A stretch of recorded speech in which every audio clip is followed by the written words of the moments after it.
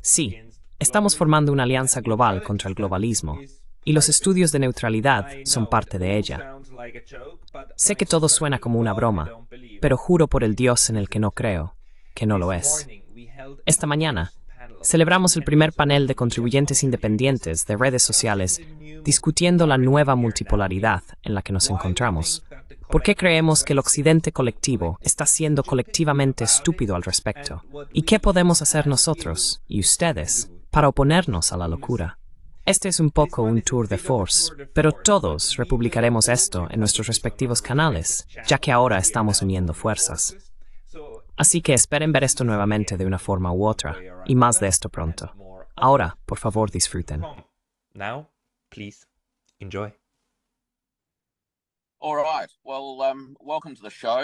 Today's show is quite a special Muy bien, event. bienvenidos al Quite programa. unique in many ways because El programa de hoy es un it evento brings bastante together, especial, I think, único en for the muchos first time ever, aspectos, porque reúne por primera vez a una muestra representativa de personalidades y voces de medios independientes de varias zonas horarias para compartir sus perspectivas sobre los eventos globales actuales.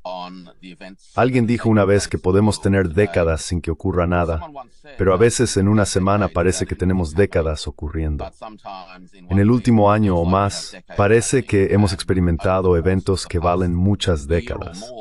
Incluso en las últimas 2 semanas hemos tenido un par de eventos muy importantes que creo que destacan los desarrollos que están teniendo lugar en el mundo. Bookend the developments that are taking place in the world, and they are, of course, the presidential debate. Y, por supuesto, están el debate presidencial en los Estados Unidos y las celebraciones de los 70 años desde los pronunciamientos de los 5 principios de coexistencia pacífica. Acabamos de ver la conclusión de la reunión de la Organización de Cooperación de Shanghái en Astana, Kazajistán. La próxima semana tendremos una reunión de la OTAN en Washington para celebrar su 75 aniversario. Estos son eventos significativos que impactan al mundo.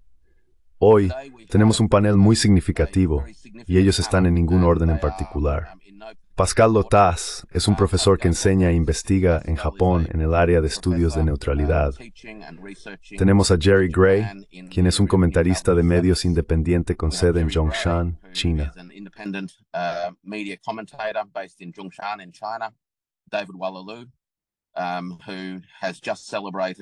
David Walalu, quien acaba de celebrar el 4 de julio en Texas con un par de barbacoas. Felicitaciones. Jeff Rich, de Australia.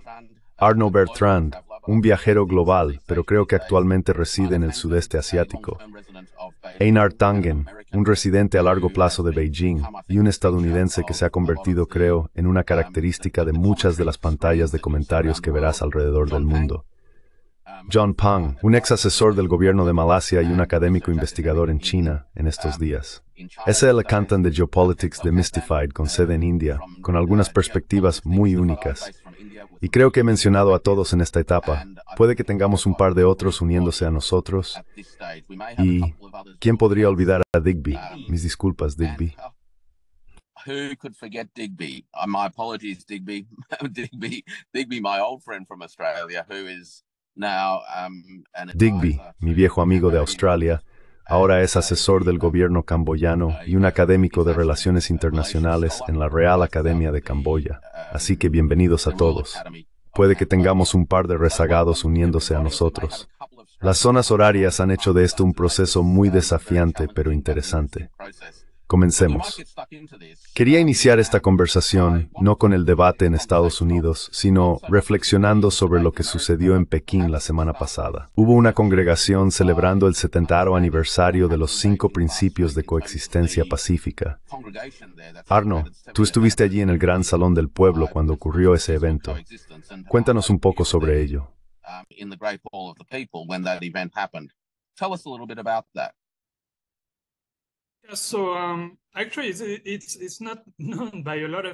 En realidad, no es muy conocido que China tiene estos 5 principios de coexistencia pacífica, que se remontan a un acuerdo con India hace 70 años.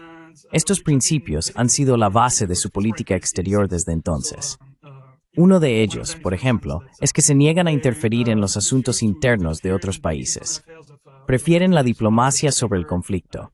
no imponen su propia ideología, sino que aceptan la existencia de diferentes ideologías. Acaban de celebrar el 70º aniversario en Beijing, y yo estuve allí. And so they just celebrated the 70 years in Beijing. I was there.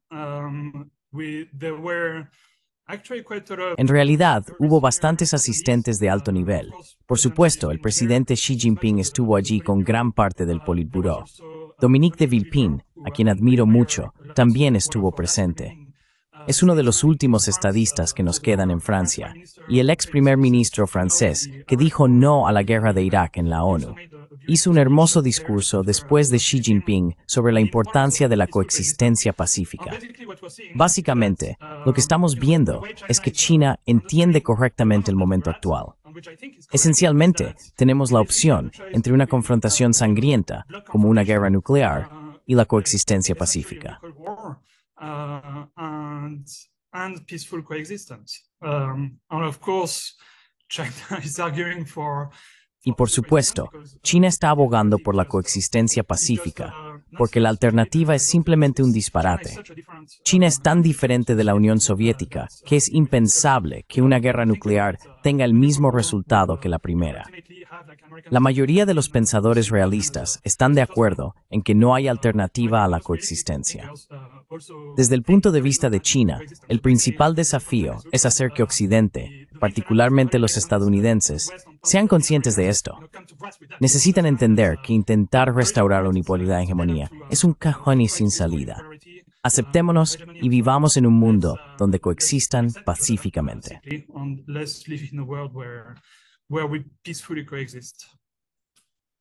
David, you're in the United States and you've spent. David, estás en los Estados Unidos y has pasado gran parte de tu vida profesional en Washington. También viste el debate presidencial la semana pasada, que tuvo lugar un día antes del evento en Pekín que Arnaud describió. ¿Cuál es la reacción de Washington en este momento respecto a estos temas? ¿Cómo ves el contraste entre el debate y sus consecuencias y los temas que surgen de la cumbre en Pekín?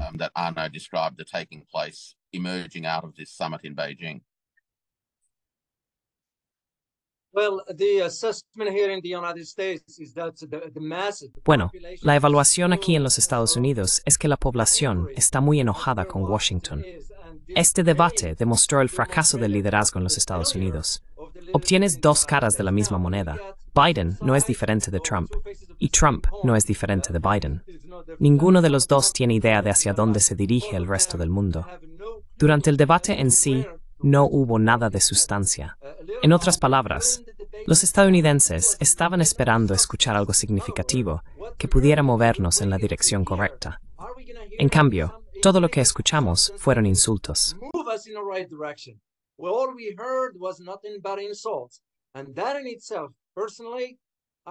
Veo esto como un fracaso, debido a la falta de una estrategia y una comprensión del orden multipolar que ahora nos afecta.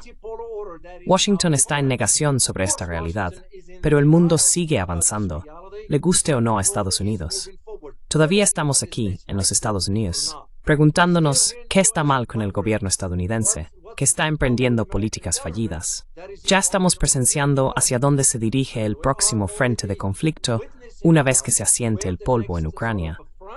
Personalmente, como alguien que trabajó en Washington en seguridad internacional y sirvió en el ejército, encuentro esto preocupante.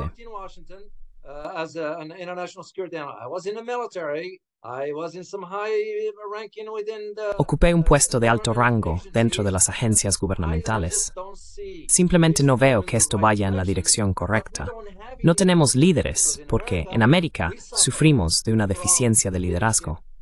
Por otro lado, los eventos que están ocurriendo en todo el mundo, desde el 70º aniversario en China, la cumbre de la OCS y la próxima cumbre de la OTAN, todos destacan los desafíos que estamos enfrentando.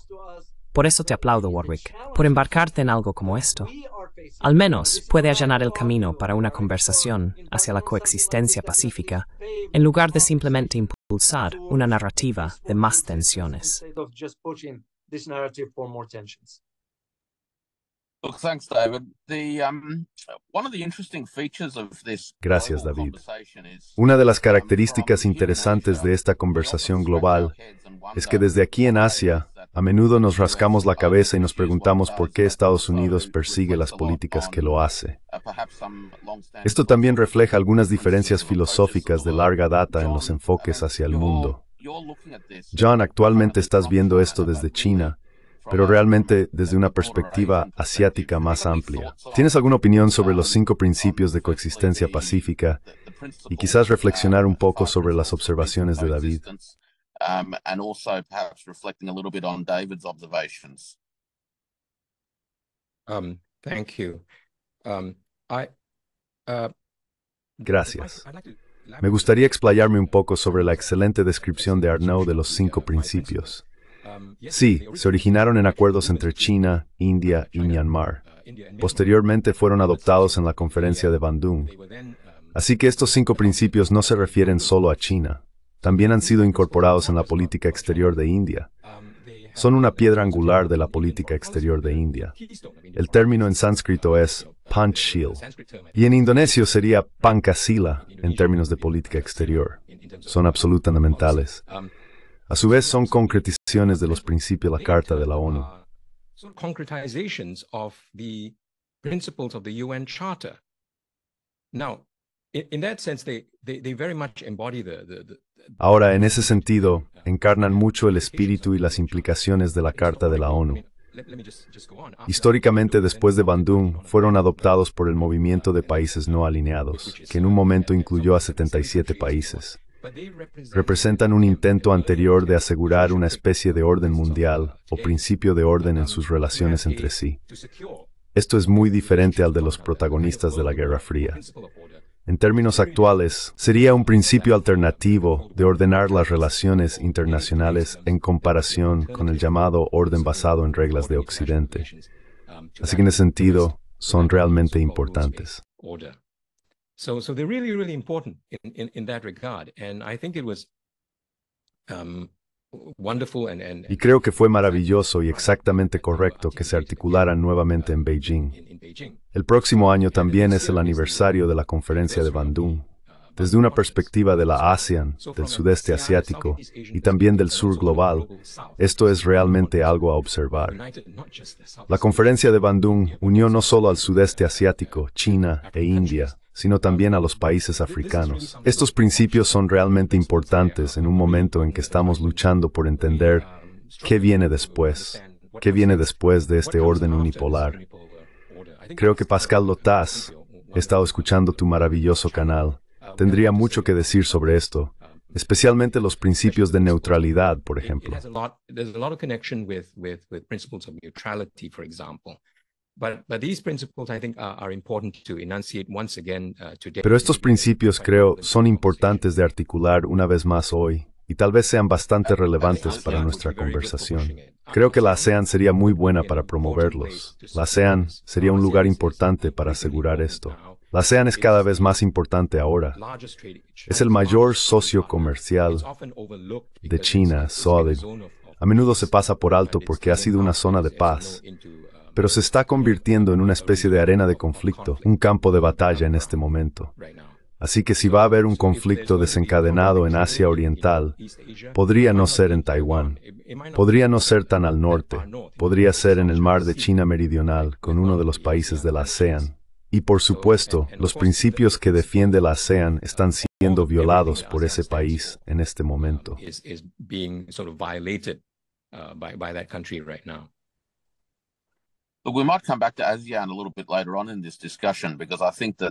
Podríamos volver a ASEAN un poco más adelante en esta discusión, porque hay un conjunto importante de cuestiones sobre cómo la neutralidad, el espíritu colaborativo y el enfoque basado en el consenso que ASEAN ha establecido podrían proporcionarnos algunas pistas sobre cómo podría ser un mundo multipolar. Pero quiero dirigirme a SR en India en este momento en 2 frentes. Primero, ¿podrías elaborar un poco más sobre la participación histórica de India en la promoción de los principios de coexistencia pacífica? Segundo, me gustaría escuchar tus reflexiones sobre la reciente reunión de la Organización de Cooperación de Shanghái. Escribiste un gran artículo sobre ello el otro día. ¿Hay alguna conexión entre los principios de coexistencia pacífica y la agenda actual de la OCS?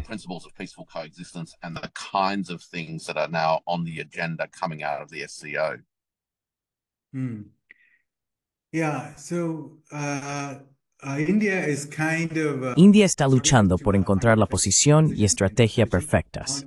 Por un lado, las élites, los grupos de expertos y los medios de comunicación son muy pro-esmivos.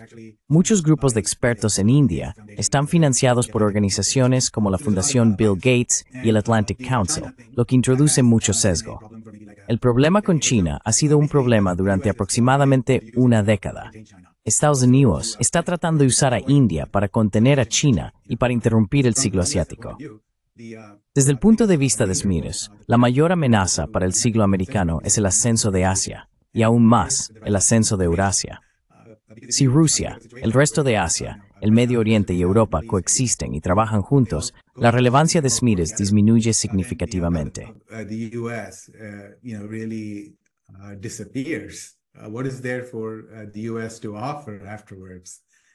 ¿Qué tiene que ofrecer Estados Unidos después? Por eso están utilizando tácticas de divide y vencerás, como enfrentar a Rusia contra Europa. Ahora, están tratando de llevar a la OTAN a Asia. Esta es una situación muy peligrosa. Para India, tenemos dos grupos dentro del gobierno de Modi. Un grupo habla de un mundo multipolar y entiende que no podemos depender de Estados Unidos por mucho tiempo. El otro grupo está fuertemente influenciado por organizaciones occidentales. Trabajan para el FMI y el Banco Mundial, estudian en Himnews y envían a sus hijos allí. Si miras a los medios de comunicación principales en India, no les gusta pensar críticamente. Simplemente repiten los puntos de vista occidentales y estadounidenses.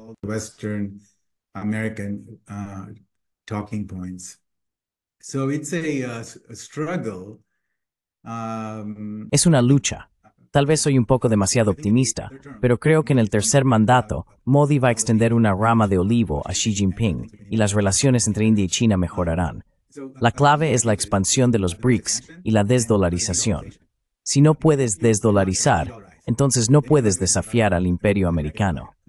El talón de Aquiles de los Estados Unidos es el dólar. Una vez que debilites el dólar y muestres que el resto del mundo puede operar fuera del sistema del dólar y del sistema SWIFT, ese será un momento significativo. Marcará un cambio histórico y un cambio sísmico en la geopolítica global.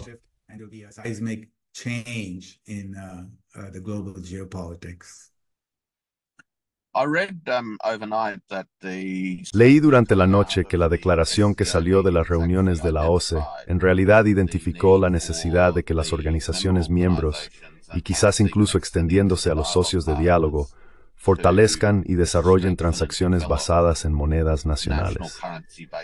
¿Ve usted a la OCE, junto con los BRICS, como realmente las piedras angulares de este proceso o la institucionalización de la desdolarización?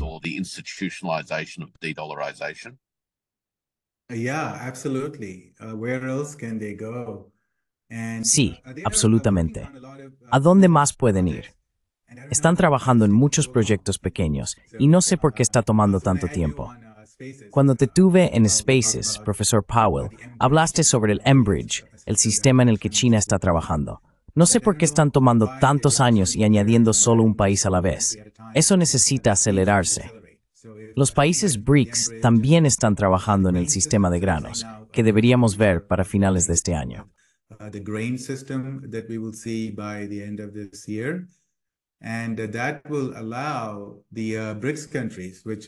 Y eso permitirá a los países BRICS, que representan alrededor del 40% de la producción mundial de trigo y del 50-60% de la producción de arroz, utilizar el sistema de granos para comerciar con monedas locales.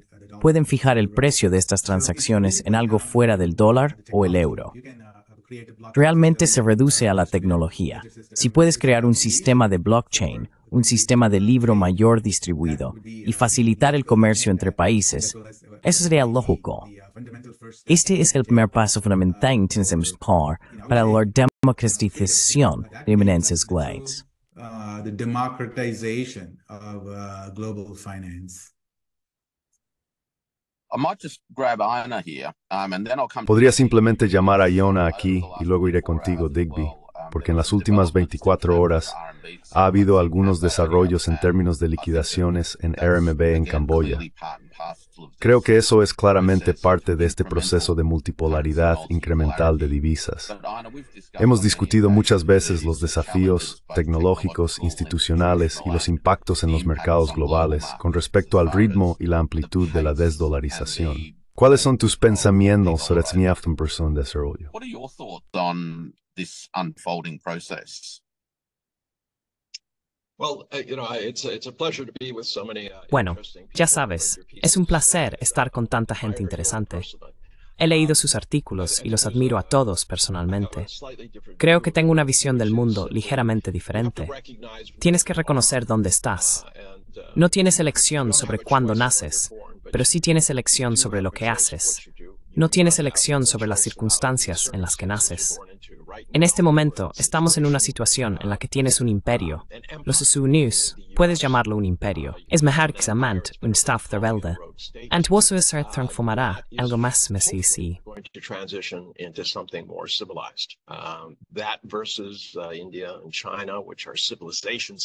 Eso contrasta con India y China, que son estados civilizacionales.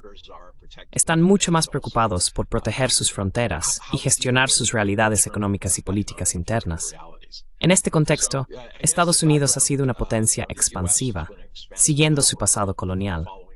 Realmente estamos luchando con cómo hacer la transición, o incluso si deberíamos hacerlo. Todos nuestros esfuerzos en este momento son para mantener nuestra hegemonía. Cuando empiezas a hablar del dólar, estoy de acuerdo con Pascal Lotas. Esta situación no está siendo impulsada externamente, está siendo impulsada internamente por los Estados Unidos, al usar como arma algo que prometimos no hacer. Pero, como la mayoría de nuestras promesas, esas promesas solo son válidas por el momento.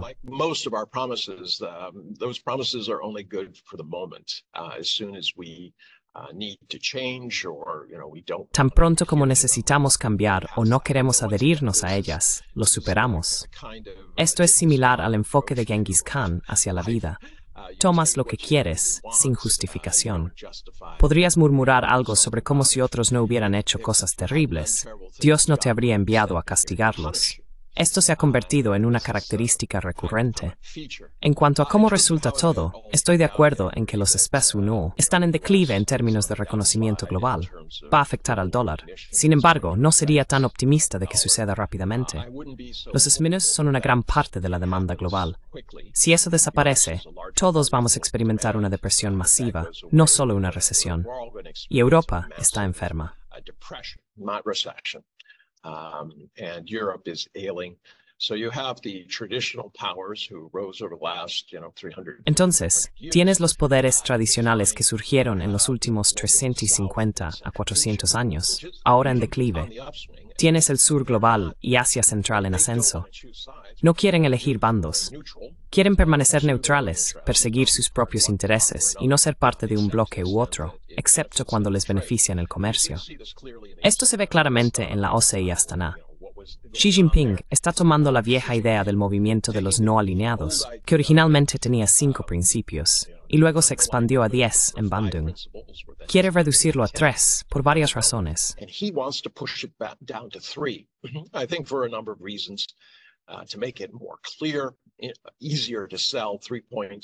Para que quede más claro, es más fácil vender 3 puntos en lugar de 10 o 5.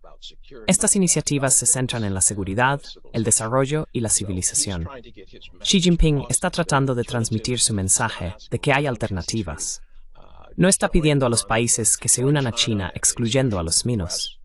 Vemos esto bastante claro en áreas como las Maldivas. Hay cooperación. Pero no ves a Pekín diciendo, si hablas con Washington, se acabó. Ese sería más nuestro papel. Ves a Blinken haciendo un esfuerzo de último minuto para retener algo de influencia allí, prometiendo un par de millones de dólares para varios proyectos y dando algunos viejos barcos patrulleros, etc. giving some old patrol boats, etc. Typical of our response, this is a nation that is the lowest lying. Típico de nuestra respuesta. Esta es una nación que es el país más bajo del mundo y tiene miedo al cambio climático. Dijimos, bueno, ya sabes, lo que necesitas es algo de equipo militar para protegerte. Entonces, en este contexto de moneda, comercio, etc., estas son cosas que van a seguir estando en constante cambio. China puede ofrecer un sistema alternativo, pero no puede soportar la carga de los Estados Unidos. No quieren asumir el papel de la moneda mundial. Creo que preferirían trasladar esa responsabilidad a una cesta de monedas, lo cual sería mucho más fácil de gestionar.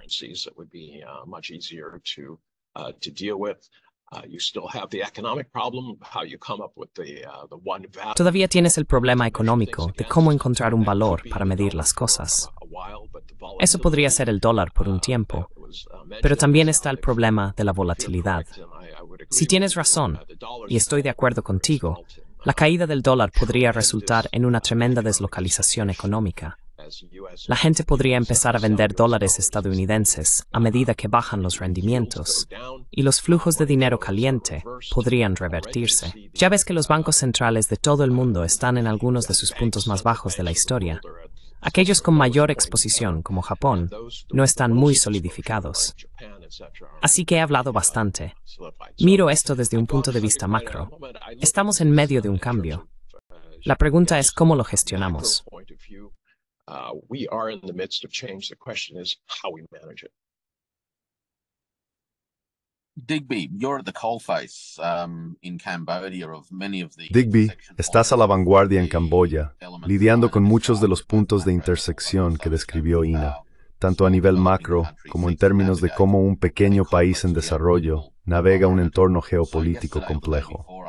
Justo ayer o anteayer vi un informe en uno de tus subpilas que el Banco Oriental, en Phnom Penh, Camboya, ha lanzado una instalación que permite liquidez comerciales en RMB. ¿Qué más está sucediendo en Camboya en términos de cómo una pequeña nación está navegando estos desafíos políticos, tecnológicos, climáticos y de desarrollo económico?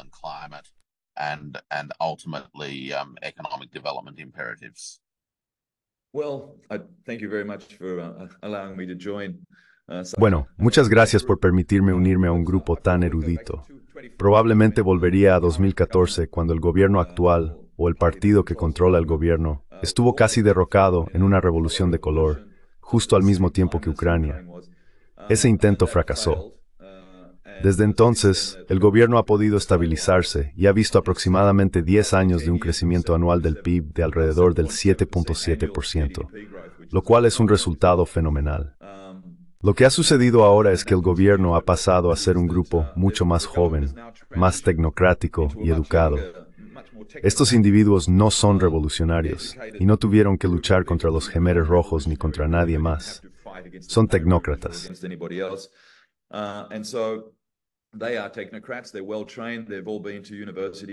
Están bien entrenados.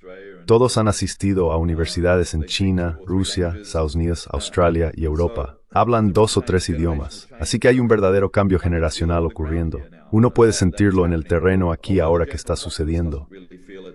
Aunque la población en general aún no lo siente, entre los funcionarios del gobierno, los cuadros, los sectores empresariales y educativos, todos pueden percibir que definitivamente hay un cambio en marcha. Las cosas se están volviendo más organizadas, mejor presentadas y el mensaje ha mejorado. El genio de Hun Sen, una persona muy demonizada por Occidente, ha sido su capacidad para equilibrar estas relaciones.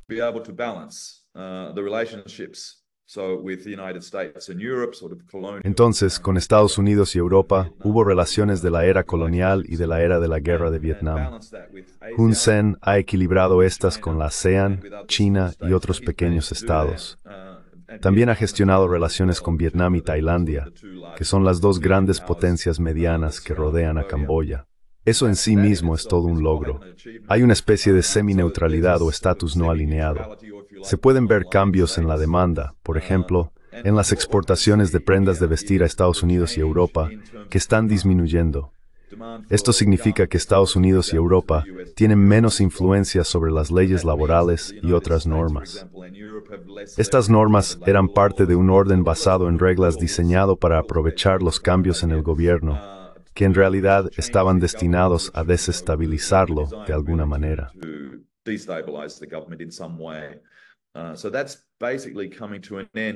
Entonces eso básicamente está llegando a su fin. Lo que vemos es que ASEAN y RCEP, que incluyen a China, Corea y Japón, se están volviendo más activos. La perspectiva es mucho más hacia ASEAN y RCEP directamente, y más en general hacia BRICS y la iniciativa de la Franja y la Ruta. En cuanto a la moneda, el movimiento del Banco Oriental es notable. No es el único banco que ha hecho esto, pero lo interesante del Banco Oriental es que es un acuerdo entre Malasia y Camboya. La relación entre Malasia y Camboya se está fortaleciendo significativamente que la relación Tailandia. Esto está relacionado con los esfuerzos para estabilizar el Golfo de Tailandia.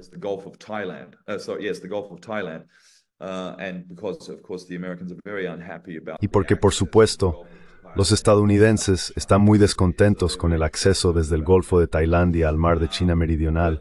Están muy preocupados por eso. Pero una vez más, el gobierno aquí ha podido equilibrar ese arreglo con Tailandia y Malasia. Esto incluye energía en el Golfo de Tailandia, como gas y petróleo. Pero lo más importante es que implica el desarrollo del comercio alrededor del Golfo de Tailandia y los puertos de la región. Es que ahora es lo que está sucediendo en Camboya.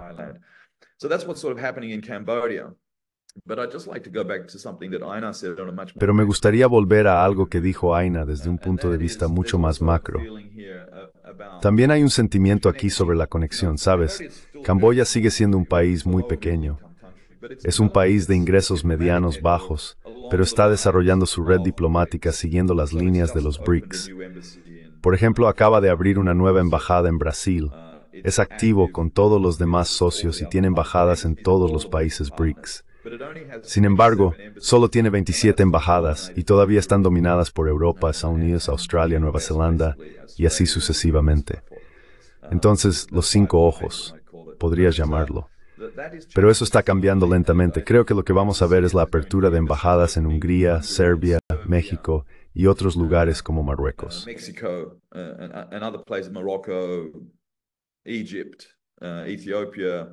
Egipto, Etiopía, Arabia Saudita, etc.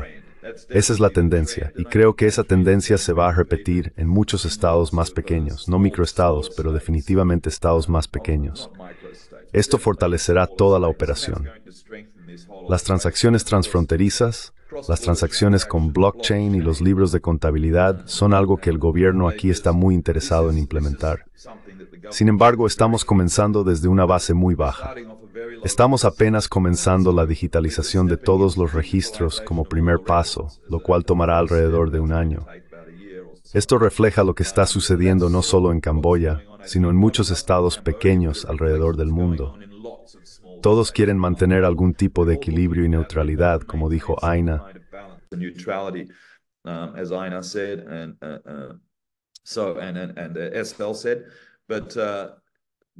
Entonces, como dijo Pascal Lotaz, la tendencia es definitivamente hacia la agrupación, hacia los no alineados, hacia los BRICS, y a utilizar la red de la Franja y la Ruta para toda la infraestructura de transporte, puertos y demás. La superestructura, que incluye monedas, transacciones transfronterizas, monedas digitales y monedas digitales de bancos centrales, no Bitcoin, también es parte de esta tendencia. Sin embargo, añadiría una advertencia. Los Estados Unidos y sus aliados a menudo trabajan en ciclos electorales. El próximo ciclo electoral en la ASEAN será en 3 a 4 años.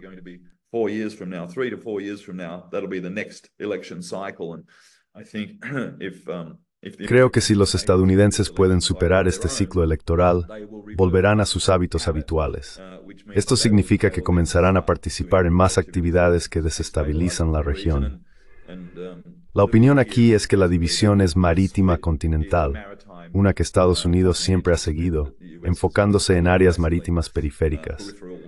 Probablemente continuarán con este enfoque. Tenemos una ventana de 3 años para desarrollar conexiones más fuertes a través de todas las redes BRICS y con países no alineados. Esa es la opinión general.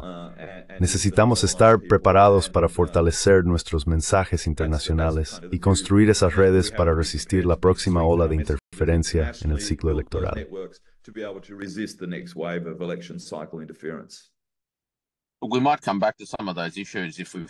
Podríamos volver a algunos de esos temas si tenemos tiempo más adelante, pero uno de los temas recurrentes hasta ahora es la cuestión de la neutralidad y su lugar en el emergente panorama multipolar.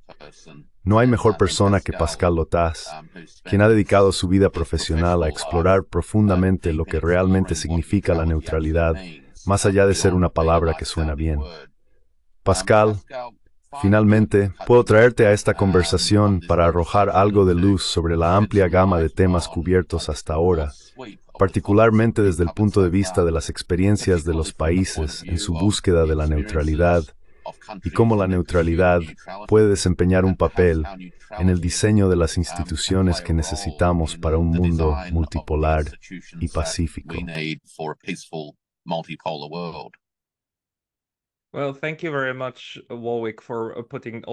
Bueno, muchas gracias, Warwick, por organizar todo esto y por esta discusión.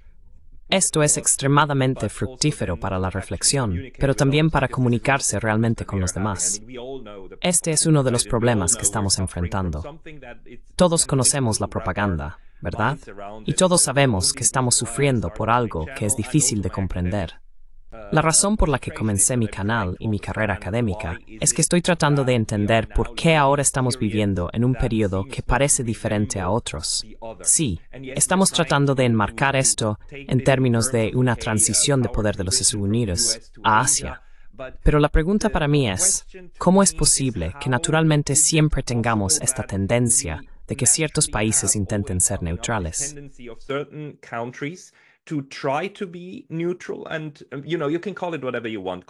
Y ya sabes, puedes llamarlo como quieras. Llámalo no alineación, llámalo no bloque, lo que sea.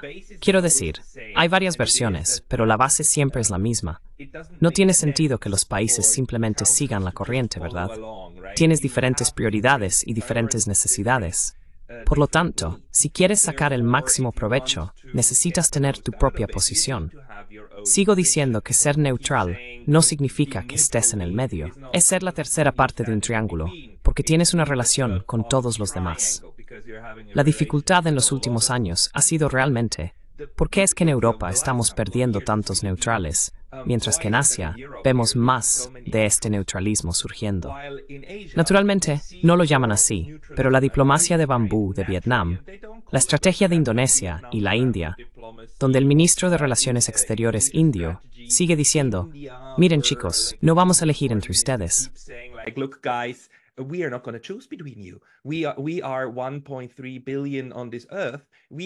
Somos 1.300 millones en este planeta.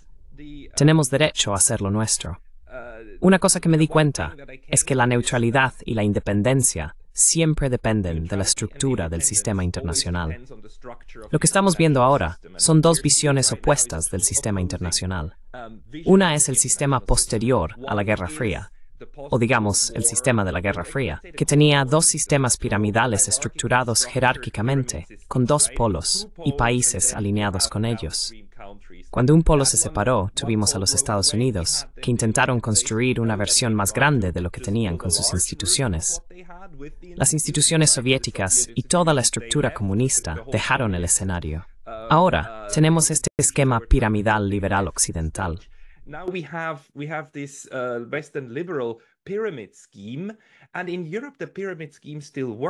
En Europa, el esquema piramidal todavía funciona, pero no funciona en Asia.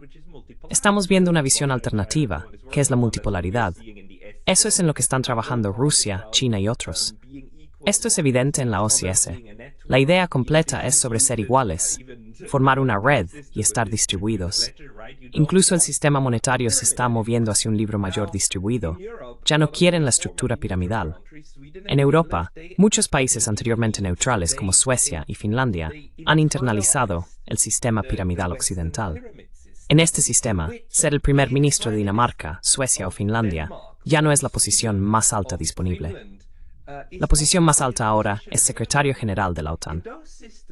the highest position is NATO General Secretary, or in the EU you can become foreign minister. O en la UOR, puedes convertirte en ministro de Exteriores y obtener el puesto más alto. Puedes ver cómo, en esa integración, estamos perdiendo muchos países que aún quieren hacer algo independiente. La columna vertebral de la neutralidad es querer ser neutral y querer hacer lo tuyo. Vemos cómo hay un grupo de personas donde Estados Unidos tuvo un éxito extremo. Debemos felicitarlos por vender su visión a las poblaciones locales. No tienen que amenazar a los europeos a punta de pistola, como los europeos hicieron con todo el mundo durante el colonialismo, diciendo, o nos sigues o te disparamos. Lograron vender la idea de simplemente integrarse con ellos y estar contentos con ello. The idea of just integrate with us and just be happy with it. And in Asia we see that this didn't work, and we see that En Asia vemos que esto no funcionó. Los países del sudeste asiático quieren hacer lo suyo. Uno de los pilares de la ASEAN sigue siendo el SOPFAN, la zona de paz, libertad y neutralidad. Eso va a continuar. La pregunta para mí es sobre Japón y Corea del Sur. Japón a menudo parece una versión asiática de un país europeo, pero en el fondo no funciona así. En Japón el nacionalismo sigue siendo algo muy saludable. Entonces, la pregunta es, ¿cómo van a estructurarse estos diferentes actores? Y van a ser capaces de resistir esta estrategia de divide y vencerás, no necesariamente de los Estados Unidos, sino de la ideología.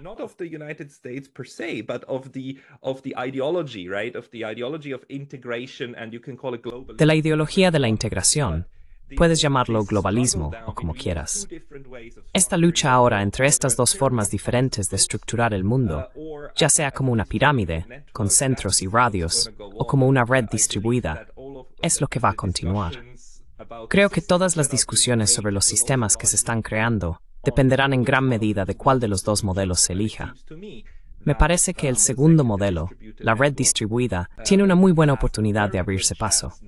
Esto se debe a que tenemos muchos estados individuales, grandes y pequeños, desde Rusia y China hasta Camboya y Laos, que tienen algo que ganar dentro de la estructura vertical, no en el esquema piramidal. You mentioned NATO there, Pascal, and it seems that, Mencionaste a la OTAN, Pascal, y parece que comenzamos esta conversación con la reunión de la OTAN en Washington la próxima semana, como el segundo soporte, por así decirlo. Quería incluir a Jeff aquí porque recientemente hizo un podcast sobre la historia de la OTAN como organización. Desde mi punto de vista, parece que la OTAN encarna, institucional y estratégicamente, esos aspectos de la estructura piramidal de los que hablaste. Su existencia depende de haber identificado a un adversario. Jeff, ¿podrías arrojar un poco más de luz sobre eso y corregirme si me equivoco?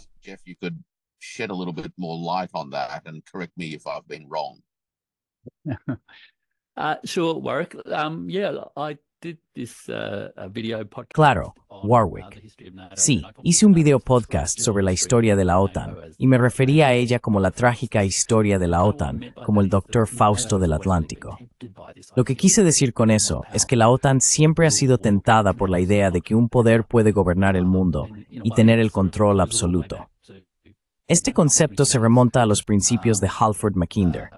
Quien controla Europa del Este controla el corazón. Quien controla el corazón controla Eurasia. Y quien controla la isla mundial controla el mundo. El deseo de controlar el mundo a Than ha estado presente desde el principio. NATO, I think, has been there right from the beginning. The great historian John Darwin, who's historian of... El gran historiador John Darwin, que se especializa en el Imperio Británico y los imperios en general, deja claro que cuando se formó la OTAN fue en un momento crucial. Un sistema mundial americano, o un imperio americano si se prefiere, se estableció en colaboración con las potencias europeas. Estas potencias no eran solo europeas, eran imperios globales. El Imperio Británico, el holandés, el portugués, todos estos países tenían grandes intereses en el Indo-Pacífico. Desde el principio, det has cierten interés potentes abstört, particularmente los británicos y los estadounidenses, para ejercer una influencia global. Global influence, and I think that Creo que la conexión entre las potencias euroatlánticas y el Indo-Pacífico siempre ha estado presente en la historia de la OTAN. Hoy se está reafirmando con más fuerza. Lo interesante de eso es que la idea de un mundo unipolar, o que un poder puede gobernar el mundo, es una ilusión. Incluso en la década de 1990, después del colapso de la Unión Soviética, Estados Unidos era dominante, pero no tan poderoso o dominante como lo era en 1949, en otras maneras. Incluso entonces, el mundo era multipolar. A lo largo de décadas de 1940 o 50 y 1960, el mundo era multipolar. John Pang mencionó la conferencia de Bandung, que es crítica por la historia del mundo posterior a 1945. So critical to the history of the post-1945 world. Whole idea of unipolarity, I think. La idea de la unipolaridad es, creo, una ilusión a la que Estados Unidos y la OTAN se aferran desafortunadamente. No están reconociendo los profundos e imparables cambios históricos que están ocurriendo.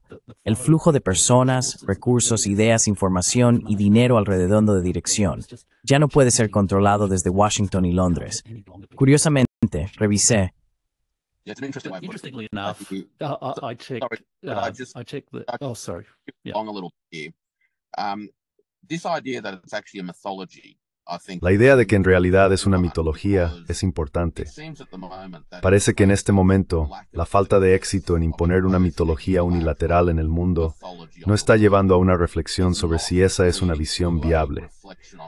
En cambio, está llevando a redoblar la apuesta en el enfoque. La creencia es que el enfoque de imponer un resultado unilateral en el mundo no está funcionando simplemente porque no hemos intentado lo suficiente. Tried hard enough. Yeah, absolutely. And I mean, if we see that in the Sí, absolutamente. Vemos eso en el debate presidencial donde Joe Biden dice que América puede hacer cualquier cosa. Es una idea absurda, simplemente contradicha por tantos hechos en el mundo en este momento.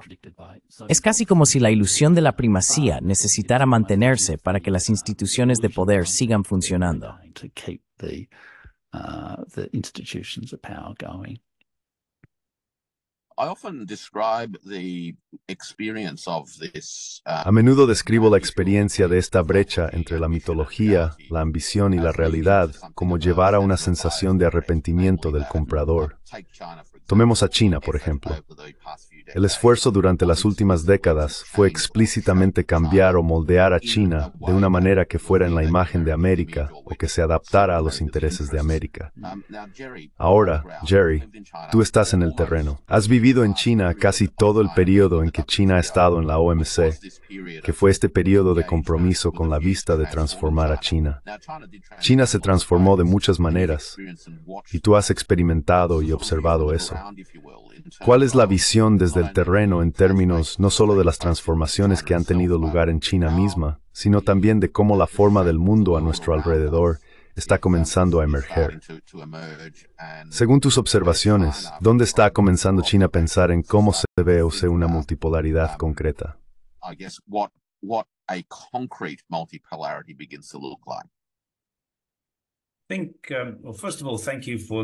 Creo que bueno, antes que nada, gracias por la invitación. Si no estuviera aquí, estaría viendo seguro, porque hay muchos nombres importantes aquí. Me siento un poco fuera de lugar entre todas estas luminarias. Una de las cosas que he notado sobre China, y he estado aquí durante 20 años, es el increíble desarrollo de infraestructura. Cuando llegué por primera vez, no había puente a Hong Kong, no había tren de alta velocidad y muchos otros proyectos de infraestructura no existían.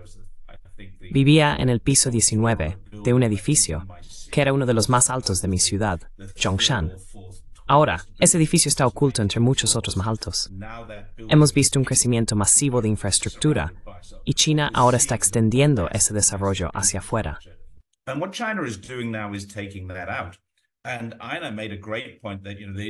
Ina hizo un gran punto al decir que las islas se están hundiendo debido al aumento del nivel del mar causado por el cambio climático.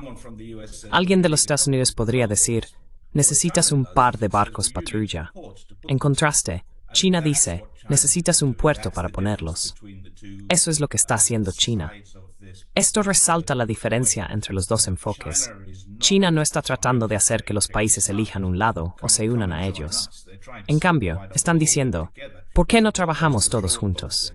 Si tienes barcos patrulla y uranio o mineral de hierro que necesitas exportar, China construirá ese puerto porque quiere esos recursos.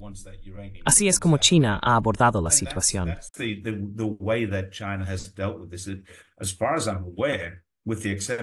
Hasta donde yo sé, con la excepción de Djibouti, que estaba bajo las Naciones Unidas, China no ha abierto una base en el extranjero.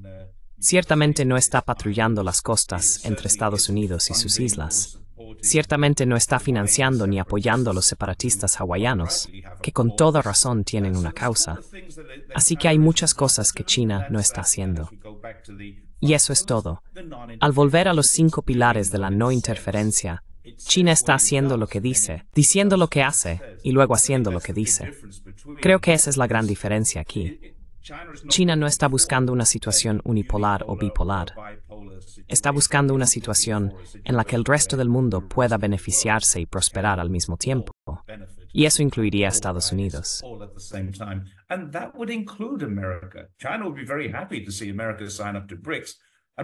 China estaría muy feliz de ver a Estados Unidos unirse a los BRICS. Muchos estadounidenses, particularmente aquellos en el movimiento MAGA, podrían apreciar una forma de capitalismo con características americanas. Esto no se vería muy diferente del socialismo con características chinas. Veo eso como el futuro, y espero que la OTAN también lo vea de esa manera. Cuando miramos a la Unión Europea y la comparamos con la Unión Económica Euroasiática, hay más esperanza en esta última. Hay más promesa en el EVRCEP, ASEAN y BRICS que en la expansión de la OTAN. Expandir estas organizaciones comerciales es lo que China pretende hacer, en lugar de centrarse en organizaciones militares. Así es como lo veo, y creo que así es como China también lo ve. So that's how I see that. That's how I think China sees it from the ground. The challenge with that worldview, though, is that it really El desafío con esa visión del mundo, sin embargo, es que realmente entra en conflicto con una perspectiva que, como describió Pascal, sigue una estructura jerárquica o modelo del mundo. David, has pasado mucho tiempo en Washington. Lo que Jerry y otros han descrito es un mundo que, desde mi perspectiva, sería visto como fundamentalmente desafiante y posiblemente amenazante para la visión de Washington sobre cómo debería estar ordenado el mundo. ¿Cuáles crees que son los desafíos en términos de cerrar esa brecha? ¿Es posible reconciliar estas visiones conceptuales del orden mundial? ¿Cuáles son las barreras para eso? ¿Y cómo crees que podrían desarrollarse estas contradicciones? This set of contradictions might play out.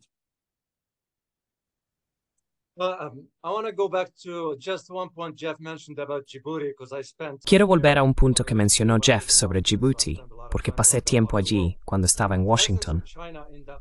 Pasé mucho tiempo en esa parte del mundo. La presencia de China en ese puerto es muy pequeña en comparación con lo que teníamos, o incluso con lo que tiene Japón. La presencia de los chinos en Djibouti no se trataba de proporcionar activos navales. Era muy pequeña, casi insignificante, en comparación con lo que tenemos en otras partes. Para volver a tu pregunta, Warwick, la idea en Washington es que mucha gente no sabe que cuando escuchas lo que dice el presidente de los Estados Unidos, no es el presidente hablando, es la mano oculta detrás.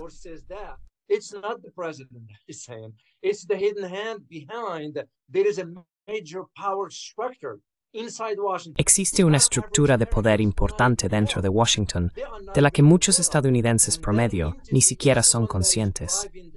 Esa entidad es la que está dirigiendo el barco detrás de escena. Cuando Biden dice algo, es intelectualmente incompetente para siquiera entender hacia dónde se dirigen las cosas. No es él, es la entidad detrás de escena. El desafío en el escenario global en este momento es que no estamos dispuestos a aceptar el ascenso de otra potencia. No estoy diciendo que vaya a desplazar a los Estados Unidos, pero estará en igualdad de condiciones.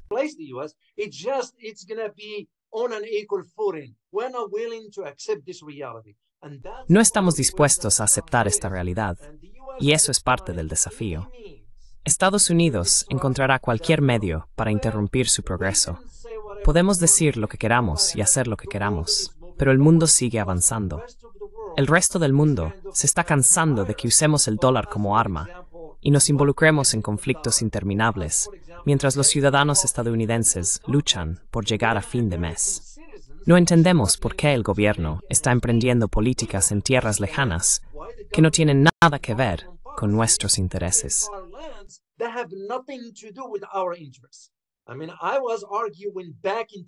Quiero decir, estaba argumentando en 2004, cuando comenzó la conversación sobre el giro hacia Asia. El giro hacia Asia no comenzó en 2008 con Obama. Comenzó en 2004, cuando circulaban cables, discutiendo la necesidad de idear una estrategia para girar hacia Asia. Algunos de nosotros estábamos haciendo la pregunta, ¿para qué vamos a Asia cuando tenemos suficientes problemas que resolver aquí en casa? Desafortunadamente, o tristemente, hay países, y voy a nombrar nombres aquí porque no me alejo de esto. Tienes a Japón, Corea del Sur, Australia en cierta medida, Filipinas y ahora Nueva Zelanda, que están allanando el camino para la aparición de esos conflictos en Asia que no entienden. Se van a quemar.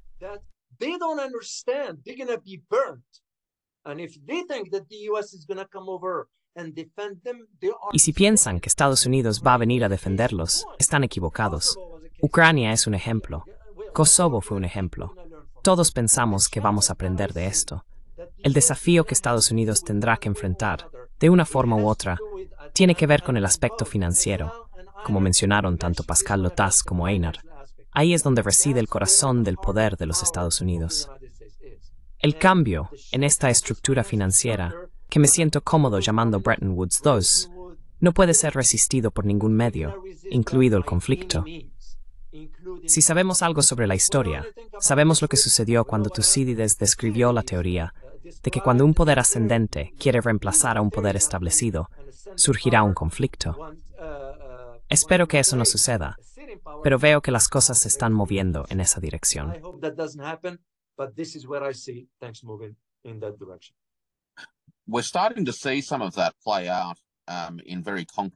Estamos empezando a ver cómo eso se manifiesta en términos muy concretos en Europa. Mencionaste los conflictos en Europa y también estamos viendo otras manifestaciones de estas disrupciones. Los resultados de las elecciones en el Parlamento Europeo hace unas semanas, las elecciones en Francia que ocurrieron a principios de esta semana y las elecciones en el Reino Unido que ocurrieron anoche. Arno, has abarcado estos mundos, vives en Asia, has vivido en China, eres francés y estás al tanto de lo que está sucediendo en el espacio europeo. ¿Cuál es tu reacción a la evaluación general de David sobre las dinámicas en juego? ¿Qué está pasando en Europa, incluyendo el Reino Unido? ¿Y qué lecciones podemos extraer de eso en términos de otros escenarios donde las influencias malignas son quizás menos pronunciadas, específicamente en Asia? The malign influences are perhaps less pronounced, specifically in Asia. I think overall what we're seeing in Europe is Creo que en general, lo que estamos viendo en Europa son las consecuencias de la unipolaridad en la vida de las personas. Concretamente, estamos viendo muchos efectos de la guerra en Ucrania, como la crisis energética y la inflación. Sin embargo, debido al panorama mediático en Europa, hay un malentendido fundamental por parte de los ciudadanos europeos sobre las causas de estos problemas. Lamentablemente, se les está culpando a falsos culpables como la inmigración. No estoy diciendo que la inmigración no pueda ser un problema.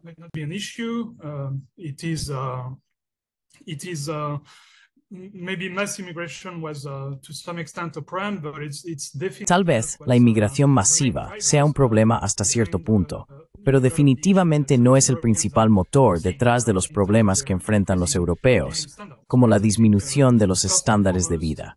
En primer lugar, estos problemas se deben a nuestra creciente vasallización a los Estados Unidos. Por ejemplo, no tenemos una sola empresa tecnológica masiva que se haya creado en los últimos 30 años. La industria tecnológica está absolutamente dominada por empresas estadounidenses. Esto es muy diferente en Asia, donde hay muchas empresas multimillonarias. Han hecho un buen trabajo en mantener su soberanía. Entonces la pregunta es, ¿cómo podemos cambiar el estado de las cosas? how can we change the state of play? I think in some European countries, DNA. Creo que en el ADN diplomático de algunos países europeos, como Francia, conservamos ese tipo de pensamiento. Por ejemplo, durante el 70º aniversario de la guerra, estaba escuchando a Dominique de Villepin. Él entiende esto muy bien por sus palabras. El enfoque histórico de Francia hacia la diplomacia siempre ha sido algo no alineado, similar a los principios de Bandung. Este enfoque se fue perdiendo gradualmente, comenzando con el presidente Sarkozy en 2008 o 2009, cuando volvió a unirse a la OTAN. Sin embargo, en el ADN, la mentalidad y la memoria muscular del sistema diplomático francés, creo que muchas personas aún conservan este tipo de pensamiento. A lot of people still retain this kind of thinking. So I think, under the hood is still there. I think at some point it could Creo que esa mentalidad todavía está ahí bajo la superficie. Podría resurgir en algún momento, pero llevará tiempo. Probablemente cometeremos muchos errores, como apoyar a Le Pen u otras soluciones falsas, antes de entender que estas no son las respuestas. Solo entonces podremos abordar los problemas reales y llevar a Europa hacia la retención de su soberanía. A corto y medio plazo, soy bastante pesimista, incluso muy pesimista. Sin embargo, soy una persona esada y optimista, así que creo que a largo plazo lo resolveremos de nuevo.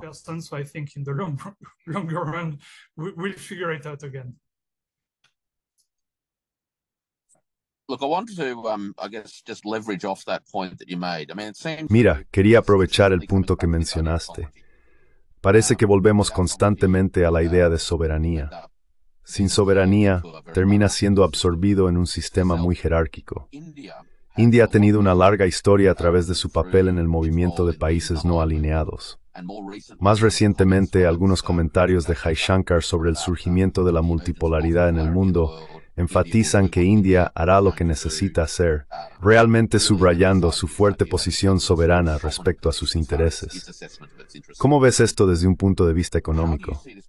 Mencionaste anteriormente un optimismo esperanzador sobre el primer ministro Modi, extendiendo una rama de olivo para reconectar con China y resolver algunos problemas. ¿Qué crees que podemos esperar en los próximos años en ese frente? What do you think we can look forward to over the next few years on that front?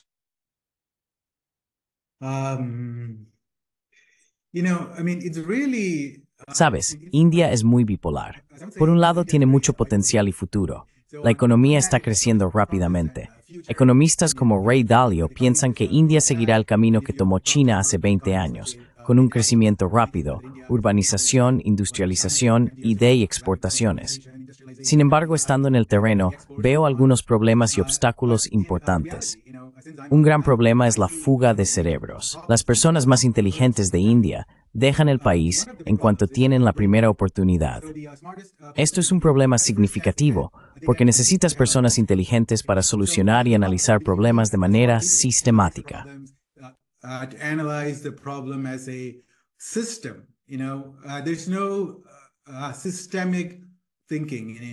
En India no hay pensamiento sistémico, porque necesitas abordarlo de manera holística. No puedes tener a una persona enfocándose solo en la manufactura, otra en el comercio y otra en las inversiones. Necesitas personas que puedan pensar en ello como un sistema con muchas variables diferentes. Para ese tipo de pensamiento, necesitamos personas que vayan a las mejores universidades, estudien programas de MBA, ingeniería y otros campos, y luego se unan. Pero el problema es que las personas más inteligentes a menudo se van a los Estados Unidos o al Reino Unido, lo que lleva a una fuga de cerebros. Otro problema es que aquellos que tienen mucho éxito en los Estados Unidos, como el ex jefe del Banco Central de India, regresan y solo promueven soluciones del FMI o filosofías similares. The IMF solutions or the philosophy, they go, you don't really need manufacturing. Dicen, bueno, realmente no necesitas manufactura debido al calentamiento global. Piensan que pueden centrarse solo en los servicios y el mercado de valores como en Estados Unidos y hacerse ricos. Pero eso solo va a beneficiar a alrededor del 5-10% de la población. Esa no es la manera de crecer. Hay muchos problemas sistémicos y fundamentales, como la infraestructura, la electricidad y los trenes. Por ejemplo, si miras los trenes de carga en India, en 2024, Lebanés sur promedio de 20 kilómetros por hora. Es simplemente ridículo. It's just so, I mean, it's just so ridiculous. So how they're going to, I mean, because if you look at what they get all, I mean... Si miras lo que les entusiasma, son los proyectos llamativos y de alta gama. Quieren traer la fabricación de Tesla, pero no pueden manejar la fabricación de coches baratos. Quieren hacer semiconductores. Pero si miro alrededor de mi casa, todos los pequeños dispositivos todavía se fabrican en China. Entonces, ¿por qué centrarse en proyectos elegantes cuando ni siquiera puedes producir lámparas, enrutadores Wi-Fi y cosas básicas? Lamps and Wi-Fi routers and just the basic stuff, you know? So, yep. Well, the fancy project be lots of small, not so fancy projects put Bueno, together. los proyectos elegantes son solo muchos proyectos pequeños y no tan elegantes, juntos con un acabado de diseño. John, hemos tenido discusiones sobre este tipo de cuestiones, y lo que me parece muy interesante es que los desafíos en India, que Pascal Lotaz describió, en términos de luchas internas y la bipolaridad en mentalidades y enfoques, también parecen ser similares en otras partes de la región asiática. También estoy observando cómo Malasia está buscando navegar estos desafíos y posicionarse para su propio desarrollo, mientras también juega un papel en la multipolaridad regional. ¿Cómo ves que esto se desarrolle desde esa perspectiva? How do you see this playing out from that perspective? That's an excellent question. Esa es una excelente pregunta. Creo que Malasia es bastante característica y un gran país del cual preguntar. Está justo en el medio en muchos aspectos. Por un lado, como India, Malasia está muy bien posicionada para entender los principios de un mundo multipolar. Como dije antes, Malasia es un miembro fundador de la ASEAN. Estuvimos allí en la conferencia de Bandung. A lo largo de los años, la política exterior de Malasia ha reflejado fielmente esos principios.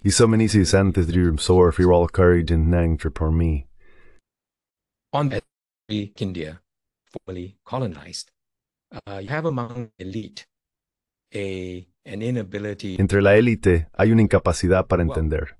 Bueno, para decirlo sin rodeos, ha habido esta inmensa captura de la élite, captura ideológica que ha ocurrido particularmente desde los años 90, de hecho, desde el amanecer de la era unipolar.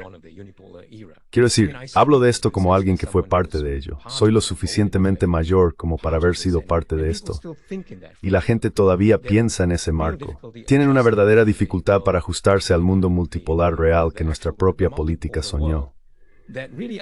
Así que vuelvo a la importancia de los 5 principios y la lógica incrustada en ellos, ¿verdad?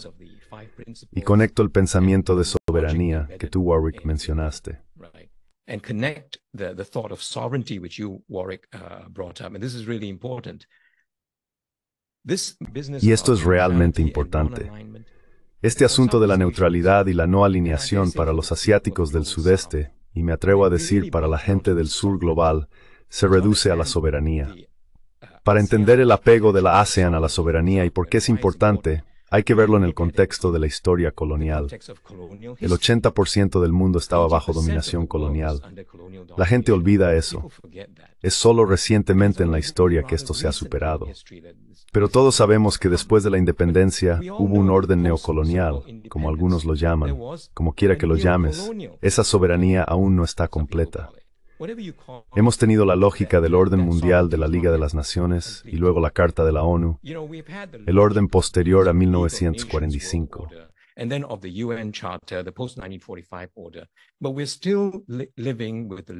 Pero todavía vivimos con el legado persistente, la mentalidad y la práctica real de la lógica de gran poder de las relaciones internacionales que dominó el mundo. No es como si Asia Oriental, el Medio Oriente o el Océano Índico no tuvieran sus propias lógicas de relaciones internacionales. No es que no tuviéramos un orden internacional en Asia Oriental que no fuera hegemónico de la misma manera que el orden imperial actual o moribundo lo es. Así que quiero dar un paso atrás y usar la palabra imperialismo. Necesitamos hablar del imperio estadounidense. Es casi como si fuera descortés hablar de ello, pero no creo que entendamos dónde estamos sin abordar esto. Sabes, Warwick, olvidé decir esto al principio. Warwick, I neglected to say this at the start. Thank you very much for organizing this, and it's such an immense honor to be with. Muchas gracias por organizar esto. Es un inmenso honor estar con todos ustedes. Son personas a las que sigo para aprender. Pero quiero dar un paso atrás y abordar esta cuestión. Warwick mencionó que organizamos esto en respuesta a la próxima cumbre de la OTAN, donde se espera que declaren una especie de OTAN global. Esto se ha anticipado desde hace algún tiempo. Para nosotros, esto es absolutamente una locura. Todos hemos estado luchando con esto, ¿verdad? This is absolutely insane. We've all been struggling with this, right? You know, when I read Arnaud's tweets, when I speak. Cuando leo los tweets de Arnaud y los escucho a todos ustedes, una palabra que sigue apareciendo es loco. Están delirando. ¿Qué está pasando? ¿Por qué son tan estúpidos, por ejemplo? Si estamos interesados en la paz, nos conviene tener una teoría del cambio, alguna concepción amplia. No estoy seguro de que todos podamos estar de acuerdo en esto aquí. Escuché a Einar dar su noción de esto. Pero necesitas una visión macro de lo que está pasando para entender cómo nuestras contribuciones podrían tener algún impacto. Creo que David habló sobre esta idea. ¿Crees que el presidente está a cargo?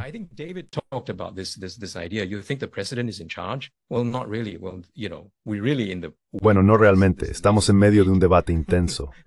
Eso no podría ser más claro. Tienes una persona senil a cargo y te preguntas cómo estas personas han logrado negar esta realidad. Durante los últimos 4 años, cualquiera con un pulso podía ver que este tipo no es capaz. Y de repente, todos estos conocedores se despiertan a ello. ¿Qué demonios? Parecen saber menos que nosotros, o eso, o están mintiendo masivamente. Así que se nos presentan dos posibilidades. O es estado proto, un poro semestral, no le fue intle, en y fue merda.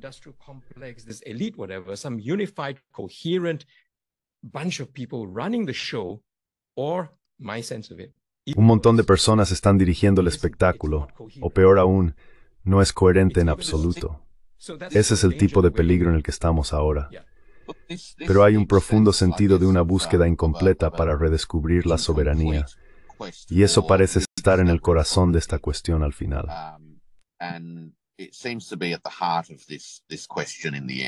Absolutamente.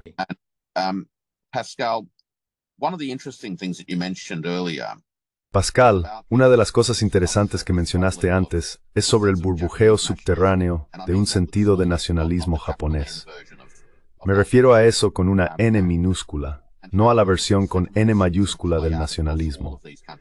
Estos sentimientos se manifiestan en todos estos países que están tratando de salir de la sombra y convertirse en sí mismos nuevamente. Estás en Japón con una perspectiva global traída por tus estudios, investigaciones y antecedentes. Me gustaría conocer tu opinión sobre cómo estos países pueden aprovechar o desempeñar un papel en que los Estados-nación redescubran las condiciones previas de soberanía necesarias para que se conviertan en partes funcionales de un mundo multipolar.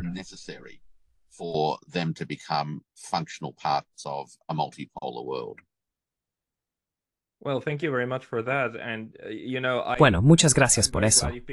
Me alegra mucho que me hayas elegido, porque realmente necesito agregar algo. John, tienes toda la razón. Exactamente el problema. El hecho de que todos pensemos que esto es una locura significa que en realidad estamos en la misma página. La razón por la que pensamos que es una locura es que tenemos un análisis diferente de lo que está sucediendo. Algunas de las personas que hacen estas políticas ven el mundo de una manera diferente. Lo entienden de manera diferente. En realidad piensan que Rusia es el imperio del mal, o que China es una hegemonía maligna en ascenso, esperando para tragarse a Taiwán, luego a Filipinas, luego a Japón, y eventualmente al mundo entero. Piensan en esas categorías. Y creo que es una forma insana de ver el mundo, pero hay un buen número de personas que realmente lo hacen. Ahora, sabemos que hay otros, los oportunistas, los neoconservadores, que no creen en todo eso, pero saben que es útil presentarlo de esa manera. Una de las cosas es que el entorno mediático occidental ha sido extremadamente exitoso en la manipulación. Es la operación de propaganda más exitosa en la historia de la humanidad. Eso es lo que estamos viviendo. La mejor propaganda es la que no reconoces como tal. Hay una gran cantidad de personas, alrededor de 1.000 millones o 1.5 mil millones, que no lo reconocen por lo que es. Luego hay otros que o no lo ven o lo reconocen como tal. Pero el problema es esta parte del análisis. Creo que eso es lo que estamos tratando de abordar con nuestros canales, ¿verdad?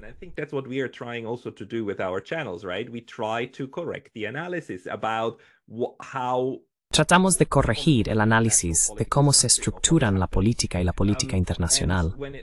Esto se conecta con lo que me preguntaste, Warwick, porque el nacionalismo es una espada de doble filo. Puede salir muy mal. Pero la versión saludable de esto es cuando las naciones, países y grupos de personas que viven juntos bajo un mismo código legal, porque el código legal es lo más importante, acuerdan que es importante sacar el máximo provecho sin perjudicar a otros. El mundo está estructurado en torno a 193 a 200 códigos legales diferentes, definidos por límites geográficos. Cuando la gente está de acuerdo en esto, pueden posicionarse y luchar por intereses propios legítimos.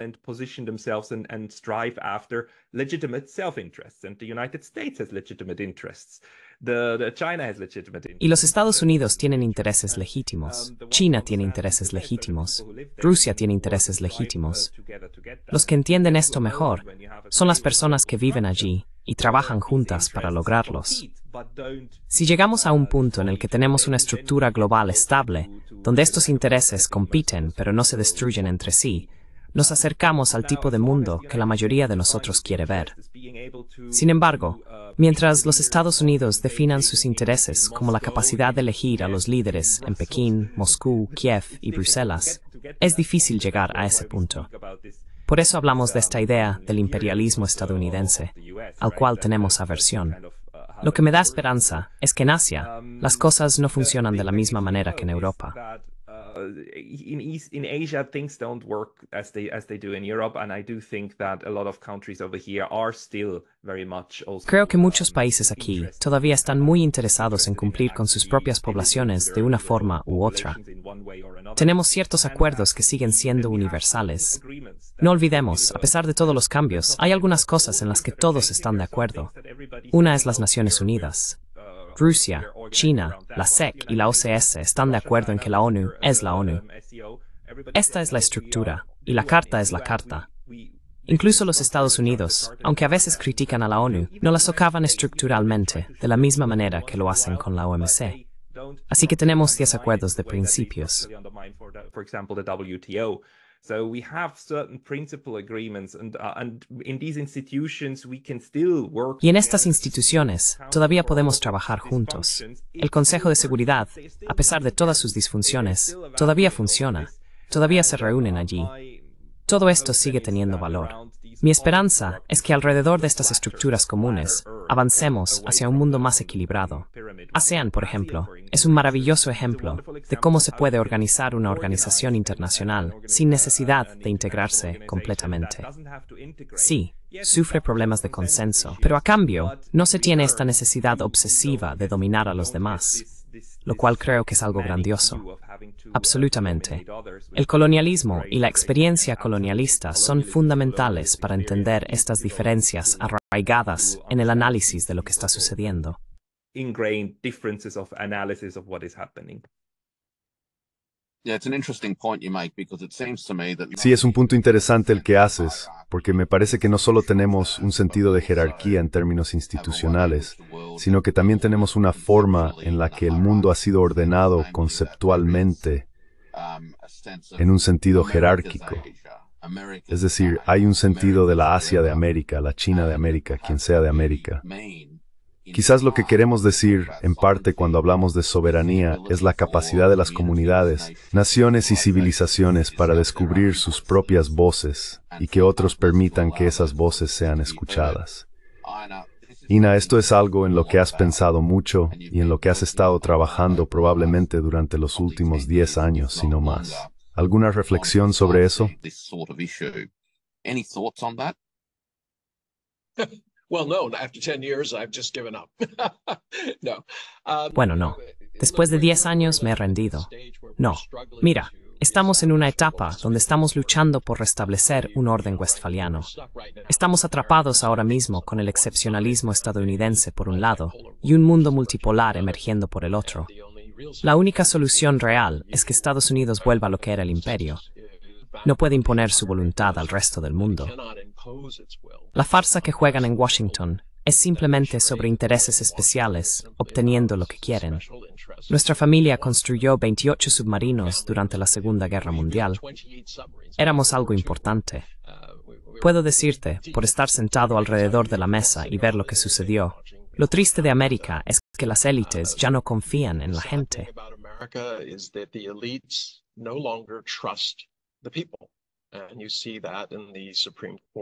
Y ves eso en el fallo de la Corte Suprema, que básicamente dice que tienes una presidencia imperial. Era evidente en el llenado de la Corte. ¿Y por qué sucedió esto? Porque Barry Goldwater perdió una elección. En ese momento, los intereses adinerados de los Estados Unidos, las familias, y en cada estado hay una serie de familias que en esencia controlan el proceso político. No me refiero a un control directo. Lo que quiero decir es que cuando tienen un interés, si eres el empleador principal, llamas al gobernador.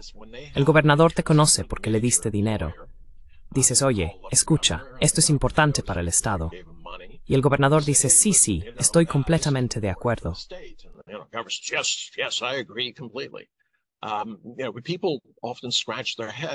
Sabes, la gente a menudo se rasca la cabeza y mira a América y dice, oh, esta gente está loca. Sí, es una locura porque, como señaló mi colega, no hay un objetivo final. Es solo una serie de puntos de victoria para individuos reunidos en coaliciones que pueden ser vendidas al público. Después de la Segunda Guerra Mundial, las élites americanas dijeron, ya no podemos confiar en Europa.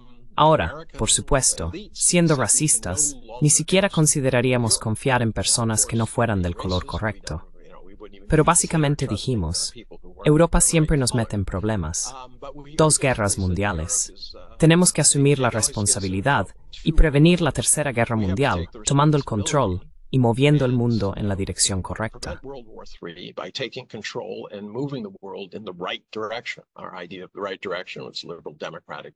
Nuestra idea de la dirección correcta era el capitalismo democrático liberal.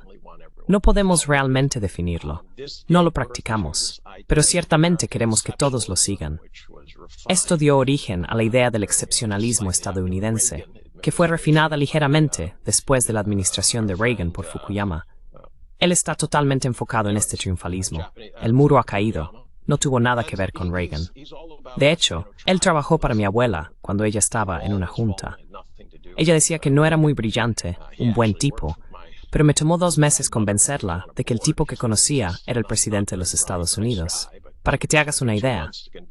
Pero desde entonces, existe esta idea en Washington de que realmente no quieres gente inteligente.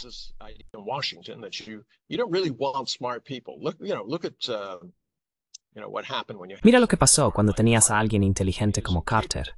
Era incapaz, no escuchaba, no cedía a los intereses especiales. ¿Qué tipo de gobierno es ese? Entonces, el excepcionalismo estadounidense realmente se ha convertido en una religión en los Estados Unidos. Si lo renunciamos, piénsalo. Si dijéramos, mira, el excepcionalismo estadounidense fue lo incorrecto, mira todas las cosas que hemos hecho en el pasado. Domésticamente, hemos lastimado a nuestra propia gente. Internacionalmente, hemos lastimado a todos los demás.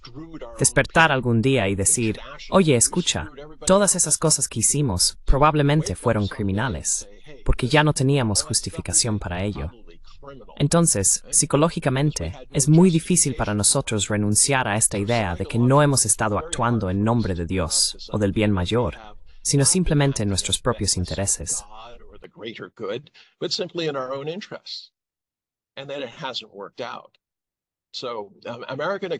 Y luego no ha funcionado. Entonces, el excepcionalismo estadounidense tiene que desaparecer. La pregunta es, ¿cómo se llega allí? ¿Cómo alcanzamos este tipo de momento westfaliano sin todo el derramamiento de sangre que lo precedió en la Guerra de los 100 años? Así es como realmente veo esto. Podemos hablar de muchas partes diferentes, los síntomas del problema. Pero al final, a menos que Estados Unidos cambie, nos dirigimos hacia más conflictos. Casi todos los conflictos que han surgido, y sabemos sobre conflictos, habiendo estado en conflicto durante todos menos 15 años de nuestra historia, de 240 años, habiendo estacionado tropas en todos menos 3 naciones.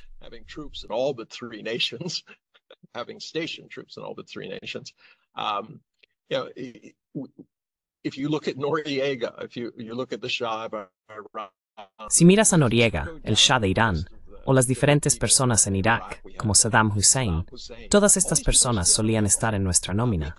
Creamos nuestros propios monstruos. En esencia, los mayores monstruos que hemos creado, en términos de nuestra propia hegemonía, han sido Rusia y China. Rusia tiene vastos recursos y abarca 11 zonas horarias. China produce más que los siguientes 9 países combinados en términos de manufactura. Hay una frontera terrestre entre ellos, así que no podemos interferir con eso. Este es realmente nuestro mayor desafío y lo que vemos como una amenaza existencial para la hegemonía estadounidense. Por eso, la OTAN se está moviendo hacia el este.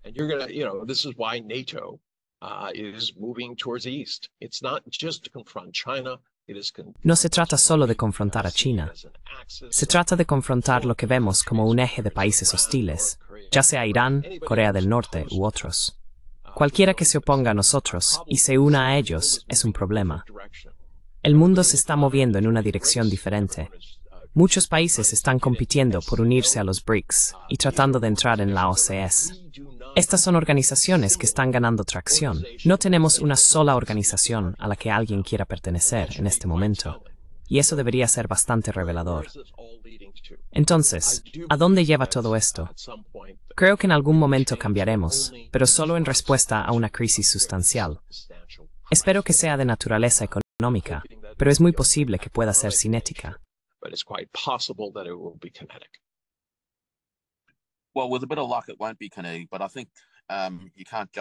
Bueno, con un poco de suerte no será cinético, pero creo que no se puede confiar solo en la suerte.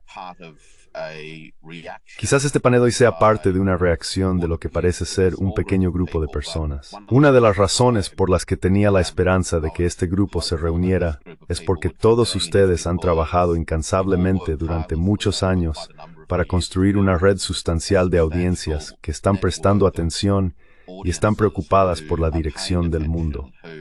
Están buscando marcos alternativos y caminos a seguir. Sé que hemos estado en esta llamada durante mucho tiempo.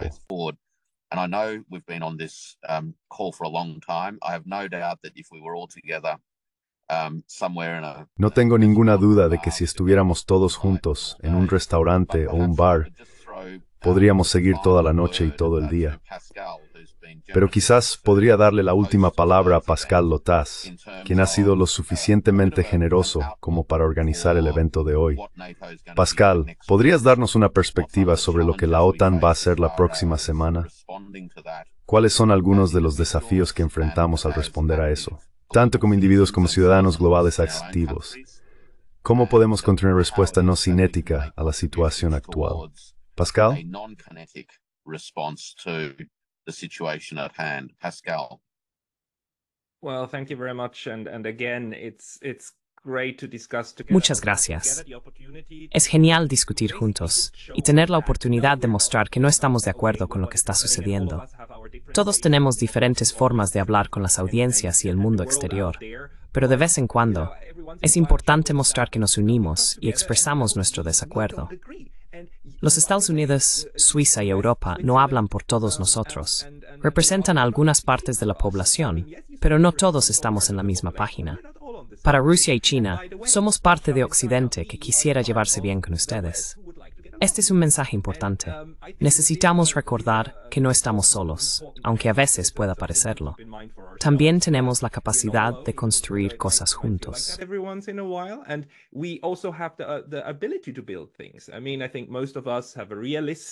Creo que la mayoría de nosotros tiene una visión realista de lo que está sucediendo en el mundo. La pregunta es, ¿qué podemos hacer y qué no podemos hacer? No podemos simplemente acercarnos al presidente de los Estados Unidos y decirle cámbialo. ¿Qué podemos hacer? Podemos abrir canales de YouTube y hablarle al mundo, diciéndole a la gente, miren, esta es una mejor manera de verlo. Podemos escribir y compartir nuestros pensamientos. Si cada uno de nosotros contribuye a su manera, con sus propias habilidades, podríamos cambiar el rumbo de este barco que todavía se dirige hacia el iceberg. Podemos ver el iceberg, pero necesitamos gritar un poco más fuerte al capitán que hay un iceberg viniendo, y no nos gustará si realmente lo golpeamos. En cuanto a lo que va a pasar con la OTAN, no lo sé. What is going to happen with NATO, I don't know, but it is absolutely, to me, it's clear that they're going to announce. Pero para mí, está claro que van a anunciar una OTAN global de una forma u otra, ya sea el giro de la OTAN hacia Asia o la cooperación de la OTAN. Aunque pueden mostrar unidad, será mucho más difícil lograrlo realmente al final. Es una venta difícil, la OTAN en el Pacífico, solo por el nombre. Aunque los japoneses, los surcoreanos y algunos en Filipinas podrían apreciar el apoyo en la construcción de capacidad operativa, todos sabemos que tomará años, y es un proceso difícil.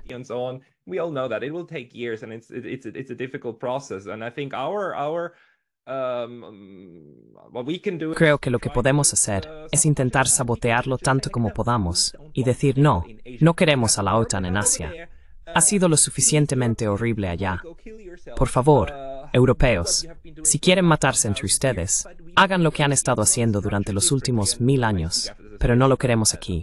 Queremos estructurarlo de manera diferente. Hablo como suizo, pero estamos en Asia. Queremos salvar a Asia y al mundo de esta mentalidad europea que está tomando el control. Creo que es justo expresar eso a nuestra manera y con nuestras propias matices, y también estar en desacuerdo. Mantengamos la discusión en marcha. Gracias a todos por tomarse el tiempo y comuniquémonos con la gente. Thank you all for taking the time and let's communicate with people. Thank you. Wonderful, Pascal. Thanks very Gracias. much. And look, thank you again, everybody, Maravilloso, for making Pascal. time. Muchas gracias. Y miren, gracias de nuevo a todos por hacer tiempo a horas tan locas para unirse a esta primera de lo que espero sea, si no una discusión de panel regular, al menos una periódica donde podamos unir nuestras fuerzas y compartir nuestro pensamiento. A través de eso, supongo que podemos construir redes más fuertes y una mejor comprensión de lo que está sucediendo en nuestro mundo. Solo agregaré una cosa más antes de concluir. Hemos tenido algunos amigos europeos que no pudieron unirse hoy debido a los desafíos de la zona horaria.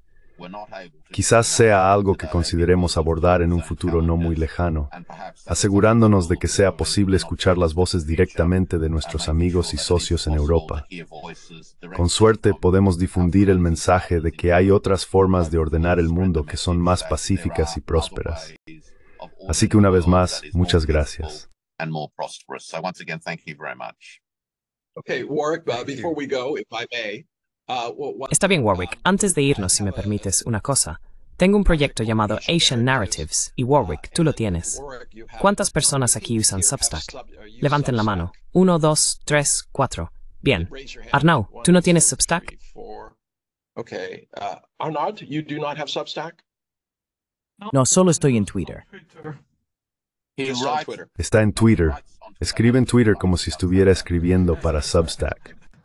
All right. Sigo a personas en Substack. Yeah. The reason I say that is it's good for us to talk amongst ourselves. La razón por la que digo eso es que es bueno para nosotros hablar entre nosotros y compartir una diversidad de opiniones. Pero esas opiniones necesitan llegar a la mayor cantidad de personas posible. Entonces, Warwick, tienes un proyecto. Digby, tienes un proyecto. Yo tengo un proyecto donde estamos estableciendo canales. Me gustaría invitarlos a todos a convertirse en escritores. Si lo desean, pueden publicar lo que tengan allí. Básicamente es un video de introducción. Se enlazará a donde quieran, ya sea su sitio web, cuenta de Twitter o lo que sea. Esto no es un intento de captar sus audiencias, sino de establecer más canales. De esta manera, la gente puede escuchar estas opiniones y entender que hay muchas perspectivas matizadas. En lugar de agruparlo todo como amantes de los pandas o pensar que odian a Europa y a América, pueden ver la diversidad de pensamiento. You're panda huggers, or you hate Europe and America. That's not the case at all. But we have to Eso no es así en absoluto. Pero tenemos que ampliar nuestra base un poco, porque los medios actuales no son muy amigables con esto. Quieren simplificarlo a que o amas a América o eres un comunista que come bebés. Así que espero que esto sea bien recibido. Me pondré en contacto con ustedes individualmente. Animaría a todos, especialmente a Warwick y Digby, a usar tantos canales como sea posible para difundir exactamente lo que se está diciendo aquí. Estoy en tantas estaciones diferentes, pero me siento muy impotente porque no creo que el mensaje se difunda lo suficiente. Creo que las redes sociales son probablemente la mejor opción para difundir el tipo de opiniones que he escuchado hoy.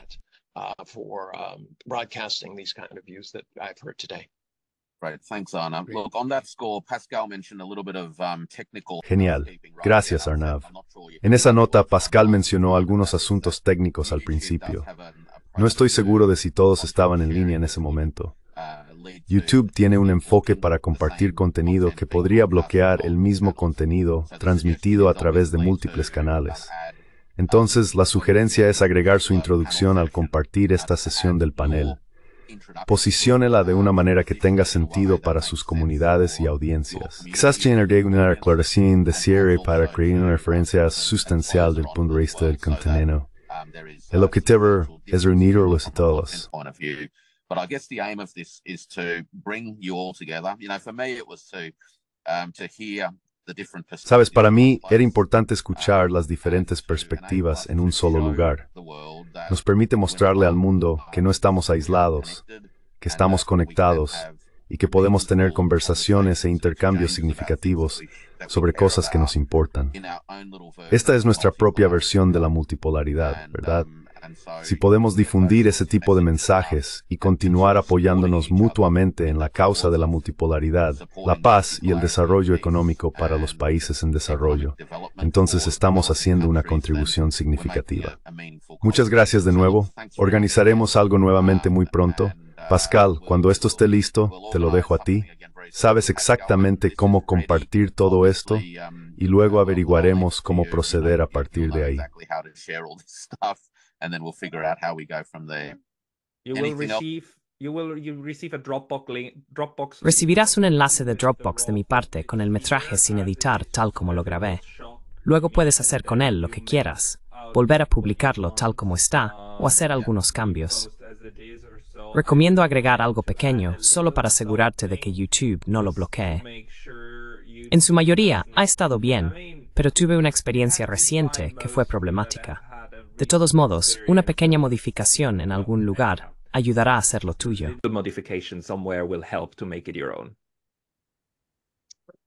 Maravilloso. Excelente. Muchas gracias. Gracias. Que tengan un excelente reunión. Gracias. Que tengas un gran 4 de julio. Manny. Thank you. Have a great for 4th of July. Enjoy.